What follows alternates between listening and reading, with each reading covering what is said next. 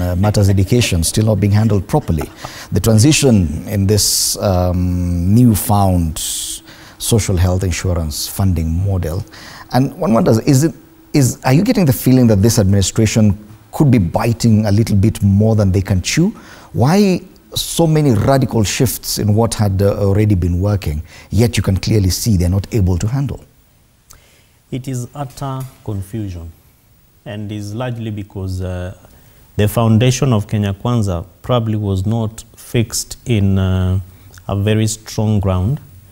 And I say that because if you listen to a number of their rhetoric and narratives during the campaign period, they said, tunajua, we know where the issues are, and tuna mikakati na mipango ya kufix. So they said they have a plan.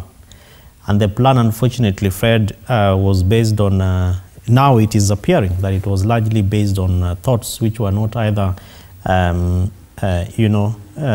based on research, facts, and maybe an opportunity to just sit back and look at what really the issues are.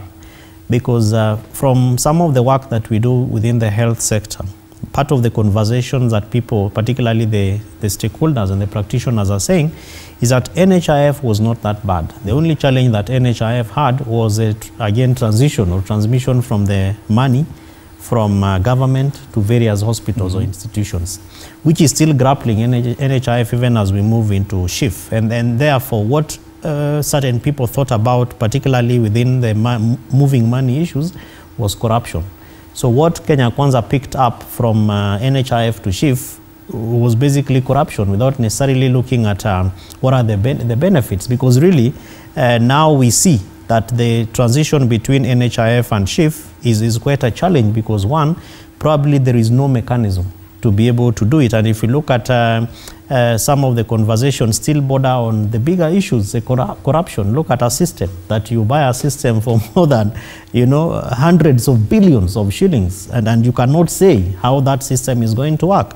Now patients walk into hospital, particularly after the president's speech, and he is giving them some bit of encouragement, and he's saying, in a matter of weeks, the president himself is not even sure about how long this will take, how many weeks, and yet the papers are telling us that more than thousands of people are actually dying in a day.